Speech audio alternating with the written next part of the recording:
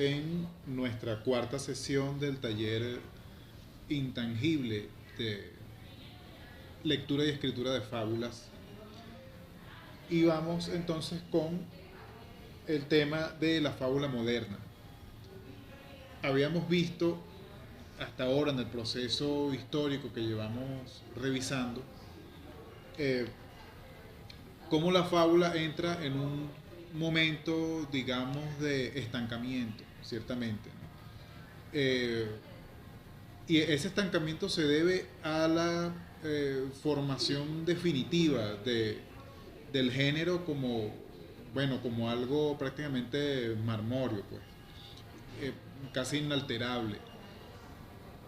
Félix de Iriarte y Samaniego eh, adoptan pues una forma de fábula en el siglo XVIII que, bueno, la convierte prácticamente en una especie de camisa de fuerza, ¿no? Eh, Eso hace que, como habíamos explicado, la fábula entre en un proceso de, digamos, de crisis. Esa crisis implica que los escritores prácticamente van a abandonar la, la forma de la fábula. Eh, el último eh, decenio del siglo XVIII y prácticamente hasta el último decenio del siglo XIX, o sea, son casi 100 años en que la fábula es prácticamente abandonada como género literario. Además porque, bueno, surge todo este movimiento ligado al romanticismo. La fábula es un género nada romántico porque es muy práctico, es muy pragmático en su forma, ¿no? Como hemos estado viendo. Eh, entonces, bueno, son fenómenos para analizar, para comentar. No quiere decir que nadie escribió fábula, por supuesto, pero en general la fábula entra en un proceso, en un estancamiento de 100 años prácticamente. Eh, Leímos, por supuesto, esfuerzos interesantes como el de Francisco Pimentel acá en Venezuela, eh, pero el caso de Francisco Pimentel es un caso aislado, que bueno, que responde ya a desarrollos propios de la literatura dentro de nuestra nación.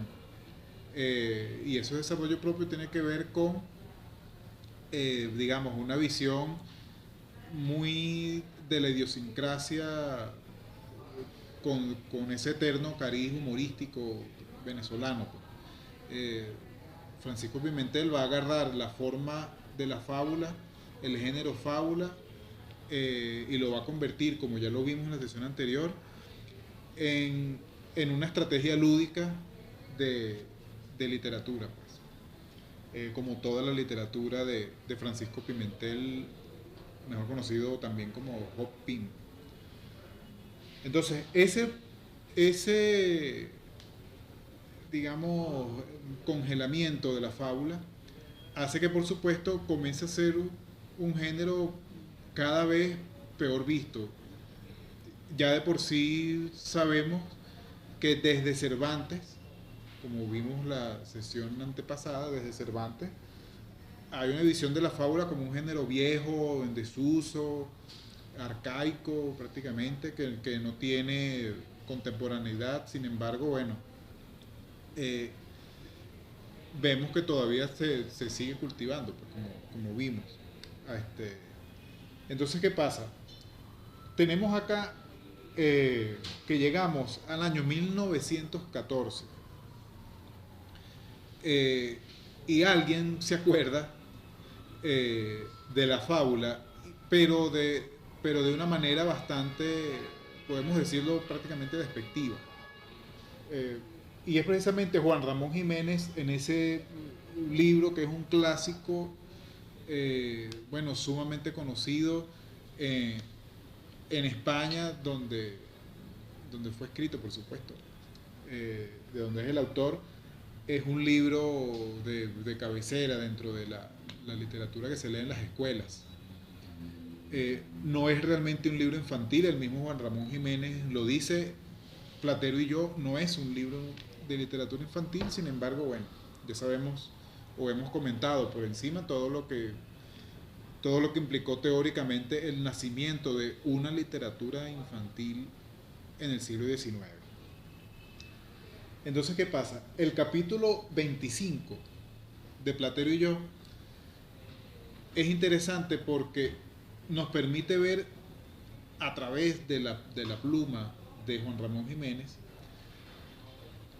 la percepción que hay sobre la fábula negativa, ¿no? La percepción negativa que hay de la fábula. Quienes no conocen el libro, bueno, Platero y yo es la historia básicamente de un niño que, bueno, que pasea con su burro por todo el pueblo y entonces de alguna manera el niño intenta interpretar lo que piensa, lo que siente, lo que dice, aunque no dice nada, el burro, Platero. Sin embargo, es importante destacar que Platero y yo no es una fábula. Esto lo aclaro de una vez porque yo sé que hay cierta conducta escolarizante de muchos docentes cuando agarran esta obra de Platero y yo y entonces, claro, como hay una relación tan estrecha en donde con el animal, el burro, en la que prácticamente él parece el protagonista del, del relato, debemos destacar que Platero y yo no es una fábula, básicamente porque el burro, Platero, no está humanizado. Todo lo que podemos saber, entre comillas, del burro, lo sabemos es a través de la percepción del niño, que es realmente el protagonista del relato.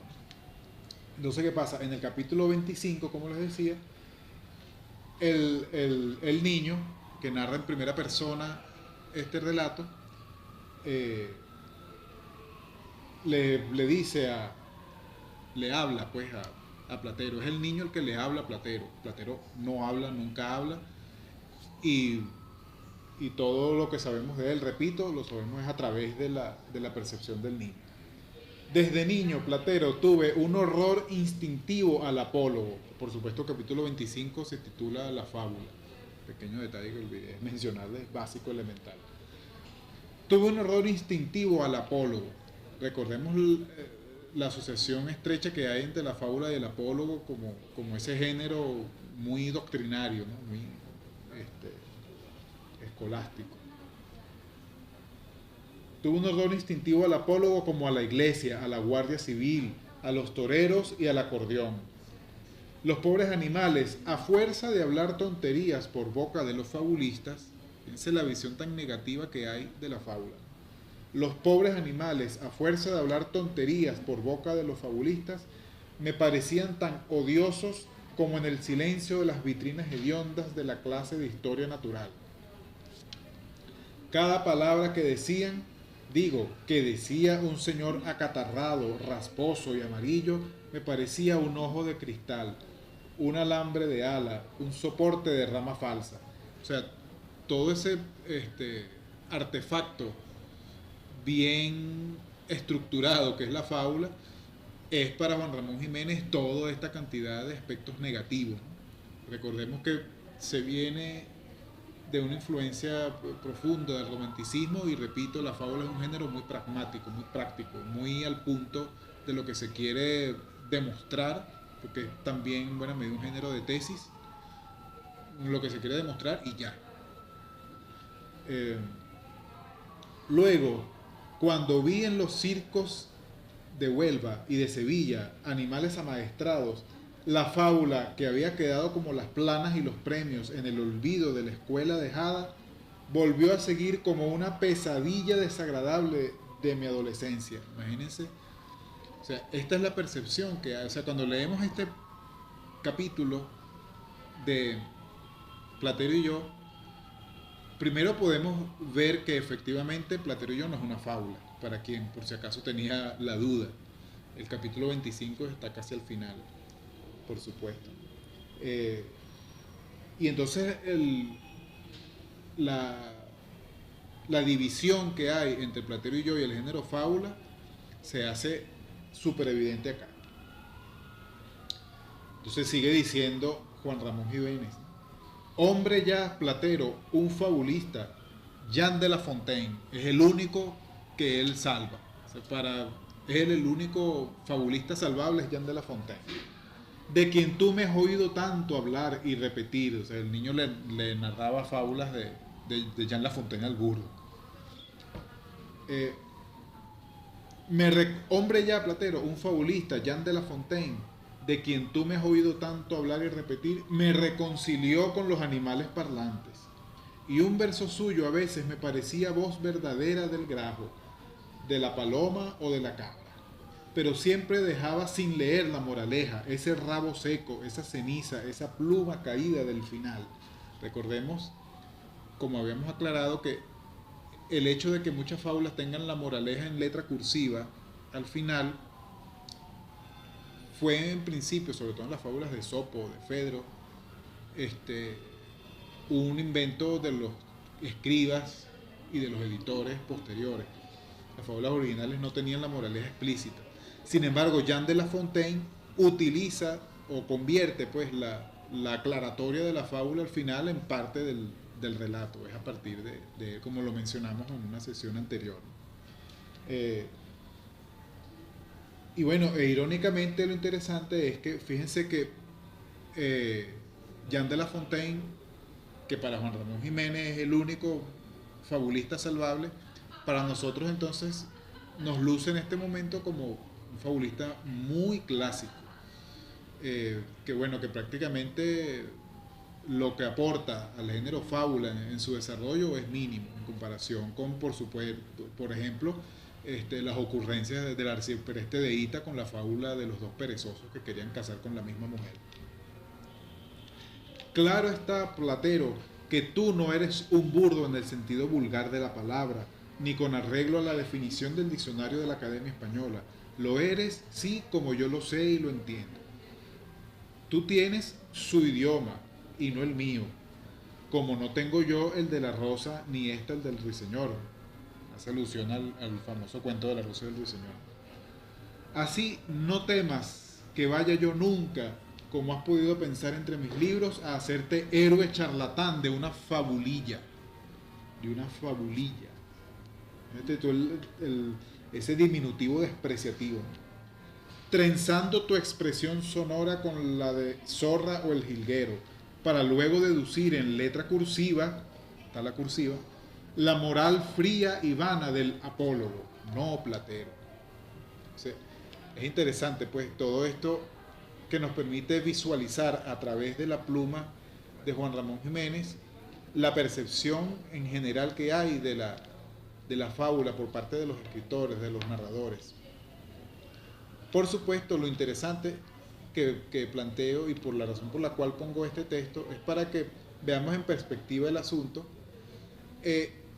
y valoremos en principio que Juan Ramón Jiménez definitivamente no había leído, por supuesto, a Francisco Pimentel en 1914, no, era muy poco conocido aún, Francisco Pimentel era muy joven, pero resulta que desde 1889 ya Ambrose Bierce en Estados Unidos había publicado su libro de fábulas.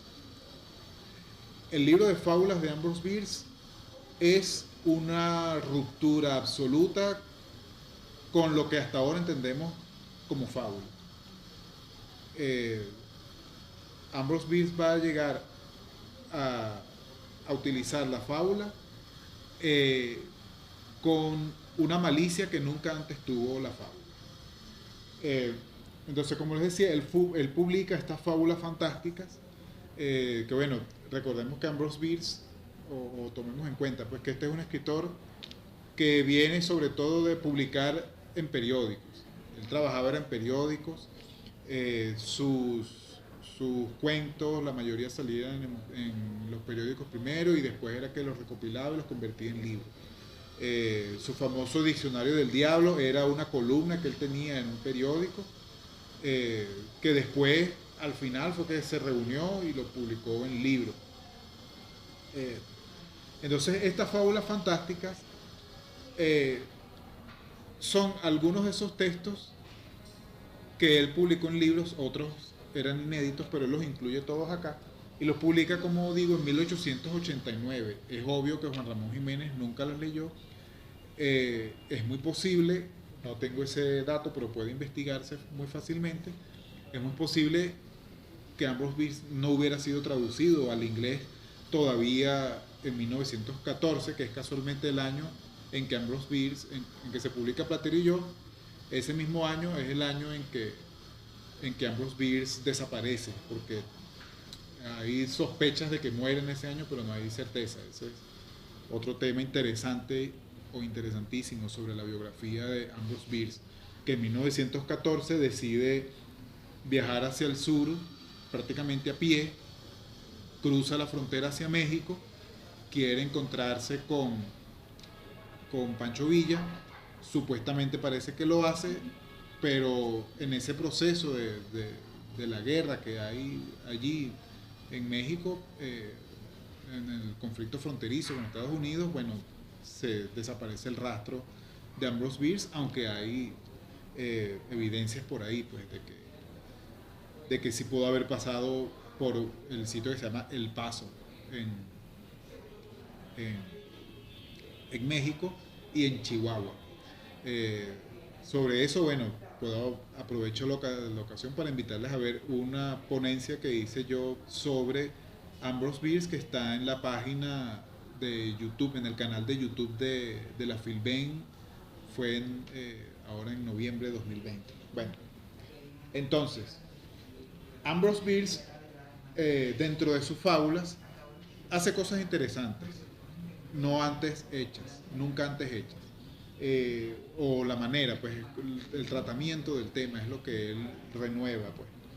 De allí destaco yo esta fábula que se titula El principio moral y el interés material.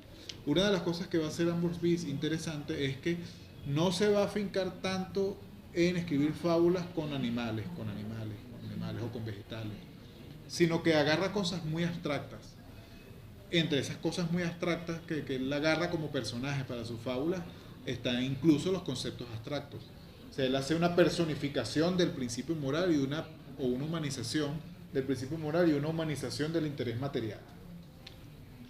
Entonces, dice así esta fábula de Ambrose Bierce, uno de los autores más importantes de la historia para mí.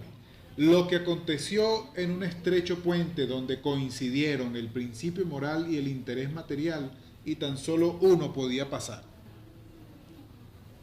Túmbate, mezquino, dijo el principio moral en un tono elevado, pues debo pasar sobre ti. El interés material únicamente le observó de forma altiva y silenciosa. El principio moral llega con su altivez y le dice al interés material que se agache, pues que él le va a pasar por encima. Y entonces el interés material no le responde nada. Volvió a hablar el principio moral, pero esta vez de forma dubitativa. Lo haremos a suertes, y el que gane pasará por encima del otro. Empieza a doblegarse. El interés material seguía amenazante con su mirada y en silencio reflejaba una clara indiferencia por su rival. Dada la incomunicación de su contrincante, el principio moral reemprendió su soliloquio, sin dejar de sentir la violencia del otro. Para evitar una pelea, yo me agacharé y tú pasarás por encima de mí. Fíjense cómo se va doblegando cada vez más el principio moral. Entonces el interés material se dignó a contestar habiendo encontrado casualmente un idioma que él podía entender. Fíjense el sarcasmo tan fuerte. Me parece que te será difícil andar, contestó el interés material, y yo soy riguroso con todo aquello que piso. Deberías tirarte al agua. O sea, el interés material le dice al principio moral que se lance al agua. Y así se hizo. Como vemos, la maldad, digamos, la malicia, o incluso más bien podemos hablar en términos de este grado de cinismo de amargura incluso, que a Ambrose Bierce le decían el amargado, ese es su apodo. Este, todo este, toda esta atmósfera que vemos en esta fábula, si la vemos en perspectiva, no habíamos leído una fábula así nunca, como humanidad, y aquí en el taller tampoco. Entonces, las fábulas de Ambrose Bierce tienen entonces este elemento que definitivamente las distancia de cualquier intención meramente apologética. ¿Tiene una moraleja esta fábula? No. Tiene una cosmovisión, ¿verdad? Porque por eso es que es preferible hablar del término cosmovisión y no de moraleja. Tiene una cosmovisión muy cruel de la realidad que nos plasma un problema ético y moral, pues, de una manera bastante cruda, en donde, bueno, nos alecciona, repito, desde la crueldad. Muy interesante. Es una característica de la fábula, como vemos, que empieza a surgir en ese momento. Si Juan Ramón Jiménez hubiera leído a Ambrose Bierce, probablemente ni siquiera hubiera mencionado el tema en su famosa noveleta. No conforme con eso, entonces, digamos que ese umbral de siglos, entre finales del siglo XIX y principios del siglo XX, que recordemos está fuertemente enmarcado por las vanguardias. Las vanguardias tienen también unas, digamos, antivanguardias y unas paravanguardias, más bien diría yo.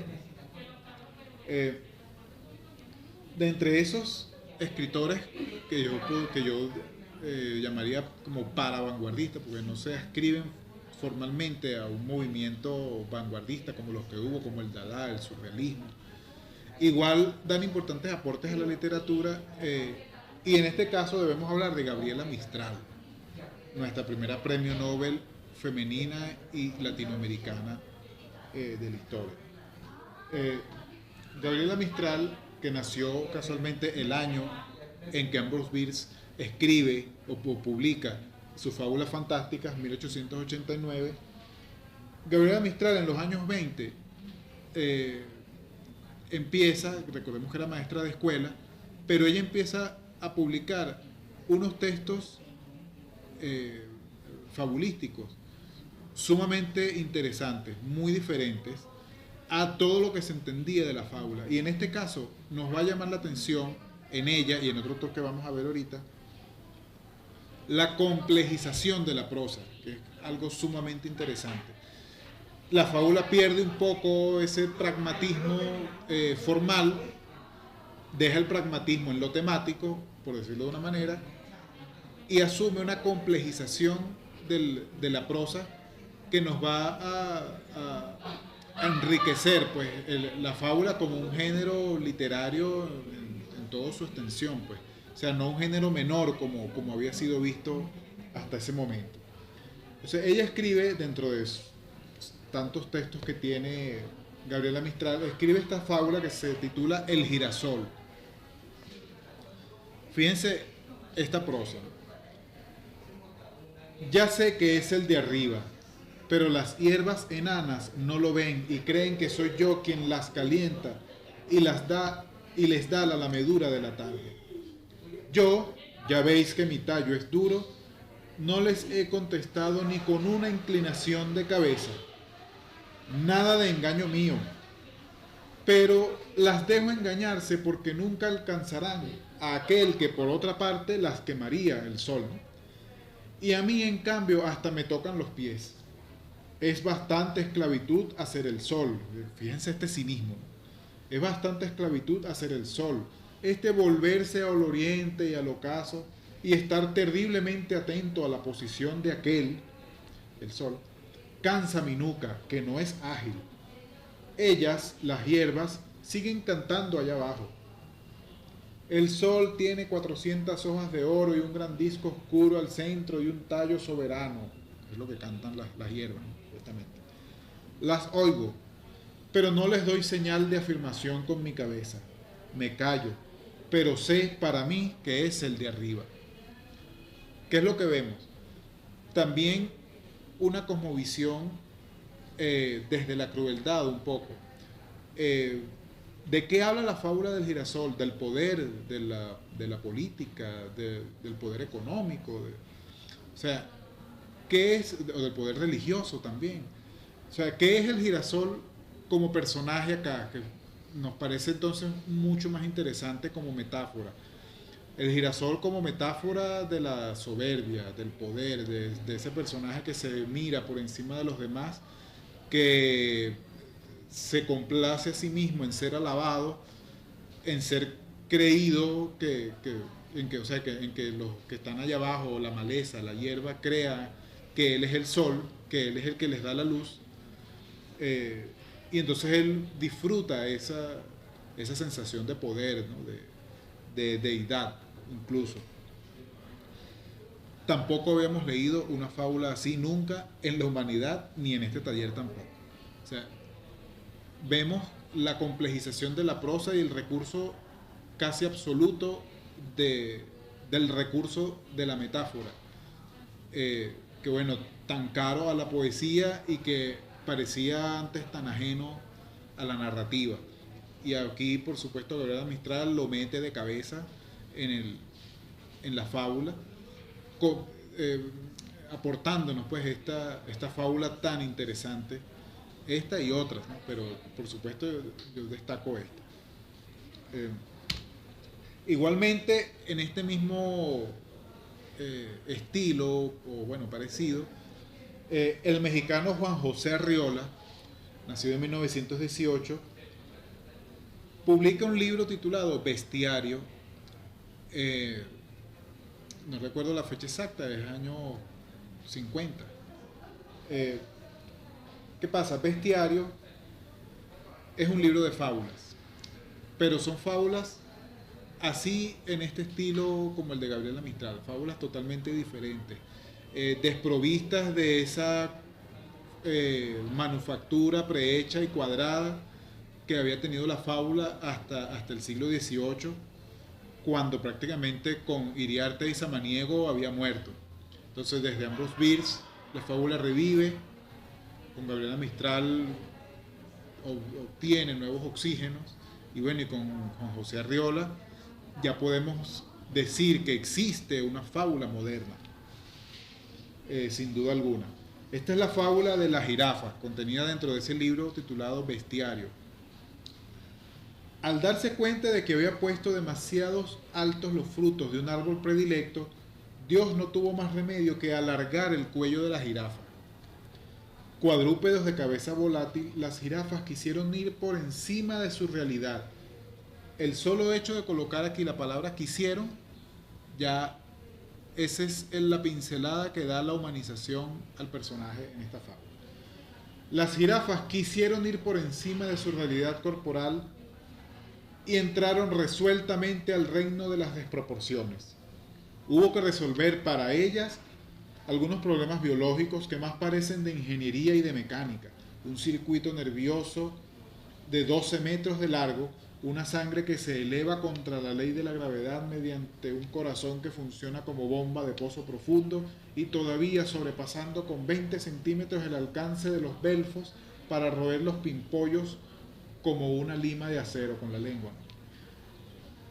Con todos sus derroches de técnica que complican extraordinariamente su galope y sus amores, la jirafa representa mejor que nadie los devaneos del espíritu. Aquí está la cosmovisión y prácticamente la moraleja, si lo queremos llamar moraleja, pero no es moraleja. Entendemos que es una cosmovisión, una manera de ver el mundo crítica, una manera crítica de ver el mundo. Entonces, sus derroches de técnica que complican extraordinariamente su galope y sus amores, la jirafa representa mejor que nadie los devaneos del espíritu. Busca en las alturas lo que otros encuentran a ras del suelo. Y fíjense este final. Pero como finalmente tiene que inclinarse de vez en cuando para beber el agua común, se ve obligada a desarrollar su acrobacia al revés y se pone entonces al nivel de los burros. Desde la crueldad, desde la ironía que hasta ahora había sido suave, tenue, casi que a veces disimulada.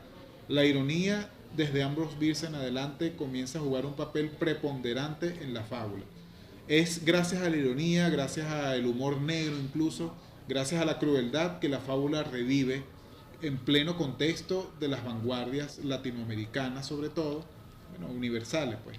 Eh, y entonces es aquí donde podemos hablar de una fábula moderna. Eh, Hasta acá, pues, nuestra cuarta sesión. Eh, y bueno, la idea es que ustedes puedan visualizar estos elementos en la fábula. El ejercicio escrito lo vamos a asignar en la siguiente sesión porque la fábula moderna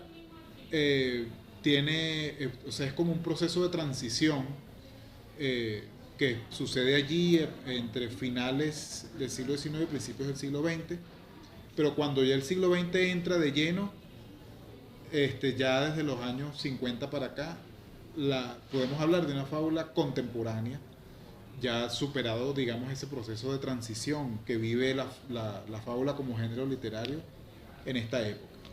Entonces, hasta aquí, repito, la cuarta sesión y quedamos para nuestra quinta sesión la próxima semana. Hasta luego.